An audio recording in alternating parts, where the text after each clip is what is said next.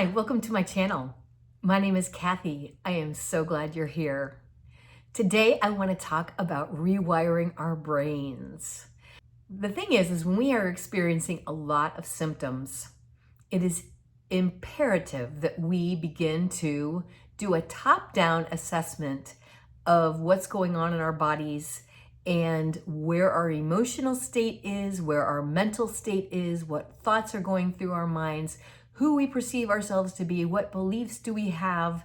We have to start unpacking all of it, because as we are going to begin to heal ourselves using natural modalities, things like food, things like nervous system regulation, things like learning to regulate our emotions and our energetic state. It is important to do this assessment because we're going to be having to change some of our habits, some things that we are used to doing in a certain way, and we're going to have to make those radical changes in order to heal ourselves. And in order to make those radical changes, we have to first do an overhaul of, I guess, what makes us tick. I'll tell you a little bit about myself. About 6 years ago, I came on with suddenly 30 neurological symptoms, including spasmodic and other Lyme disease symptoms. They all came on at once and threw my life into a tailspin. I did not find any doctors that would offer me any sort of relief, and so I felt like I had to start taking matters into my own hands. I began a journey to look at other modalities in order to heal myself naturally. I luckily came across the medical medium information, so I knew how to use foods to detoxify my body, to help rebuild the parts of me that were not functioning properly, and learning how to basically nourish myself in a way that supported my healing journey. In addition to that, I also learned some mindset tools. I learned all about how my brain operates and how to rewire it. Then I also learned how to regulate my nervous system and learned how to calm myself down when I was stuck in fight or flight. Learning to get off of that loop of fight or flight is key when you have chronic symptoms. Oftentimes, what set us into the symptoms is a prolonged stress or trauma, and then in addition, having the symptoms is another prolonged stress and trauma of its own that causes PTSD. So I digress. Anyway, we need to figure out who it is that we think we are. There are some basic truths, things like the fact that you are a beautiful child of God, you are a perfect creation, you are not damaged, there is nothing wrong with you, even if you're experiencing prolonged symptoms. You are perfect and you are worthy of love regardless. That is an important thing to bear in mind. In addition, another universal truth is that the body knows how to heal itself and will do anything to make that happen. It will be relentlessly trying to heal you. All you have to do is provide the environment in order for the healing to take place. In addition, the third universal truth is that God and the universe are conspiring for you. You are supported. I can prove that to you because you found this video. The fact that you're watching this right now is a lifeline to help you further down your path of healing. So I don't know what else you can do to find the proof that you need. This is such a beautiful thing when we start to examine who it is that we used to be that set the stage for our illness to start taking hold, and then who do we want to become? Oftentimes, when we get a chronic illness and we get a diagnosis, we identify with the symptom or the condition. I know a lot of people identify as having spasmodic dysphonia. A lot of people identify with having Lyme disease or chronic fatigue or migraines or fibromyalgia or anxiety, or there's countless conditions, and we start to assimilate those conditions into who we think we are. It's a dangerous trap because focusing too much on our symptoms sometimes can impede the healing of them. Unfortunately, when we're focusing on what's wrong, we get proven more of those types of things versus when we're looking at what's going right. When we take on an identity that is healing versus someone who's more of a victim, and a victim of circumstances, a victim of whatever reason that you think that you are sick, it's sort of a powerless, hopeless place to be. So it's important to begin looking at your identities. Are you identifying with your symptoms? Or are you willing to modify that and say, okay, I'll use, for example, the spasmodic dysphonia example. When people are given that diagnosis, oftentimes they say, I have spasmodic dysphonia. And with that diagnosis also comes a whole string of beliefs. Oftentimes you might have inherited them from your doctor or from other people with the same condition. The point is, these beliefs will keep you stuck. When you think, oh, this is a condition that I will have for the rest of my life. There is no cure for this condition. These types of thoughts and beliefs are not very empowering.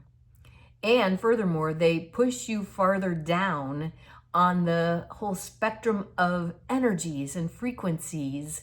You're pushed down into a helpless, depressed, angry, a lot of negative emotions associated with that diagnosis. When you can reevaluate your identity and possibly say, I am a person who is healing spasmodic dysphonia, or I am healing Lyme disease, or I'm healing my chronic fatigue, suddenly you are more empowered. You are someone who has choices. You can seek out all sorts of research or do all sorts of experimentation with your own body and see what makes you feel better. I believe that getting rid of the foods that feed the viruses and keep our bodies inflamed that's job number one. We start eliminating the food sources for the viruses and for the other pathogens in our bodies that are keeping us sick. Then we can work on getting the heavy metals in our bodies out so that they can begin functioning once again. Things like toxins, solvents, petroleum products, plastics, all of these toxins get lodged in our organs and can add up to a toxic brew that keeps us sick.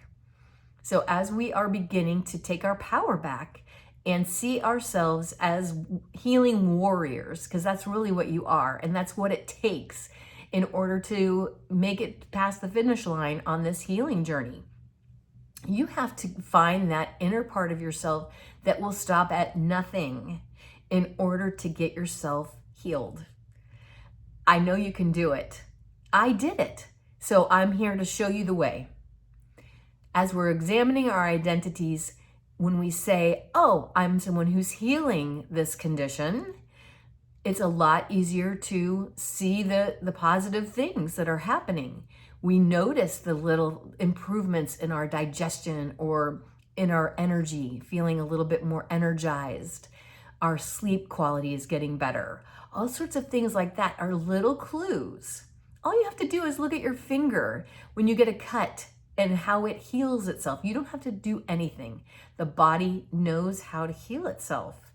The same is true for your nerves, for your other organs and other ailments that might be going on around your body.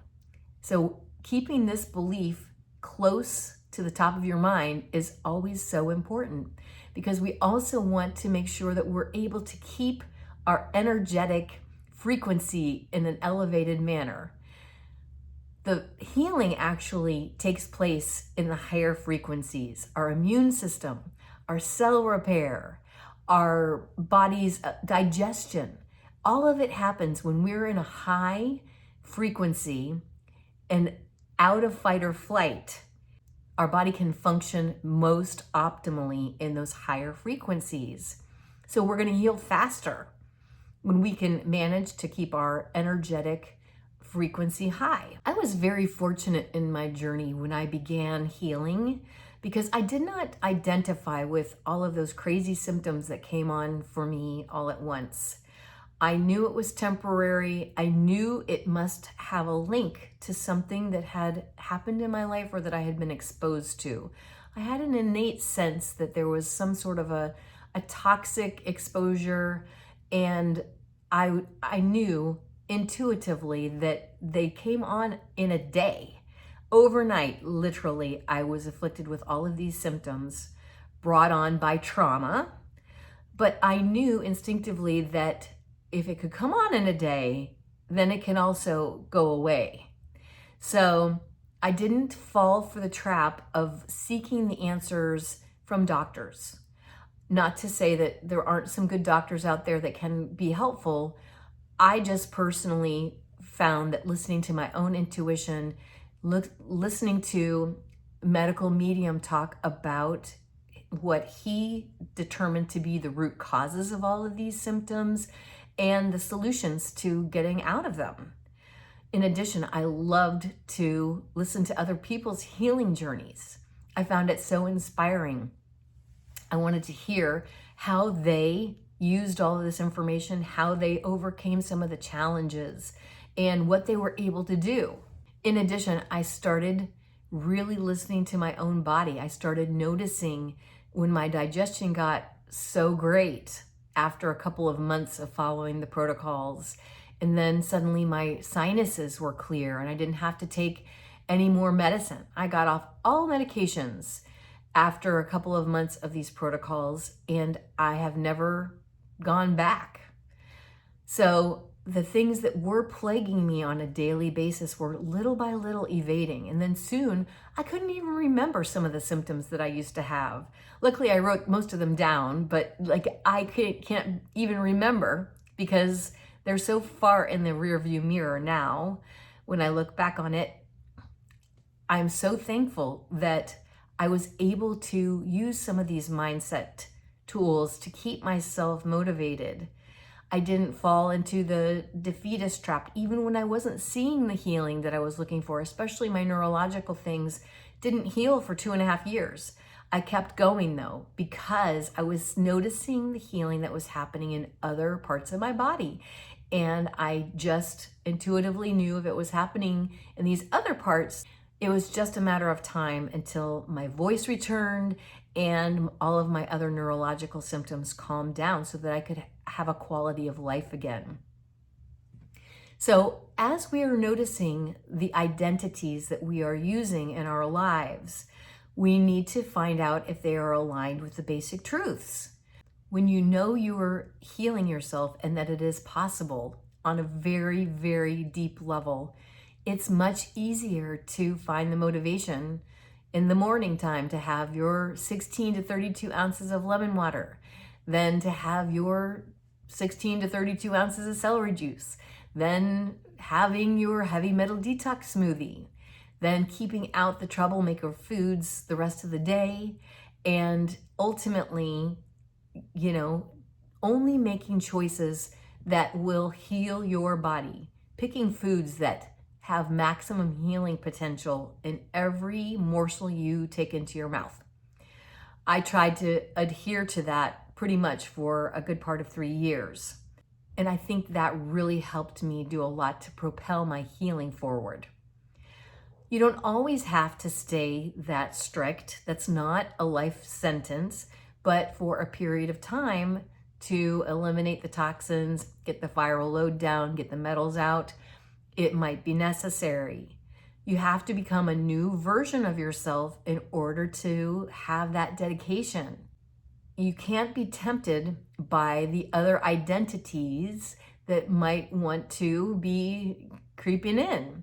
For instance, you could have an identity of the life of the party. I'm always the life of the party. Well, during this healing journey, that conflicts with your I am healing X, Y, or Z symptom. Sometimes the I am healing X, Y, or Z needs to become the dominant identity so that you can follow through and not want to just throw in the towel and say, okay, forget it, I'm going to be the life of the party instead. I hope you understand this is a concept that can be a little bit tricky to start playing with. So I hope you'll start maybe doing some journaling. You can start writing down some of the identities that you're noticing on your daily basis. You might slip into some of these identities or notice that they're dictating your decisions or your choices for the day. How are you going to spend your day? Are you going to spend your day doing the healing protocols, or are you going to chuck it all in and go meet your friends out for a drink after work? These are the choices that we're making on a daily basis, and we have to be crystal clear on our intention when we're doing it, instead of just mindlessly doing the same thing that we did before. The same set of behaviors and habits that got us into the situation of having these chronic symptoms are not the same behaviors that are going to get us out of that. The definition of insanity is doing the same thing over and over again and expecting a different result. So learning the fact that we are a work in progress, we're looking for a 1% change every day. We're not looking for perfection. We're simply looking on how we can improve our identities, our beliefs, and our habits. And we're going to do the little bit that we can do, that we can get 100% enthusiastic about doing at this point, and trust that the next step that we need to take will appear as we get to the point where we need to take it. Having faith, again, leaning into the fact that God and the universe have our back is so important. I hope that you will continue on this journey. And I'm going to continue in this series of learning how to rewire our brain and learn how to deal with triggers in the next episode. We're going to learn how to keep our vibe high even when things are happening that we're not very happy about. So it's a work in progress, but I'm glad you're here. We're in this together, and we're going to learn from each other as we progress down the path of healing. I love you guys so much. I'll see you in the next episode.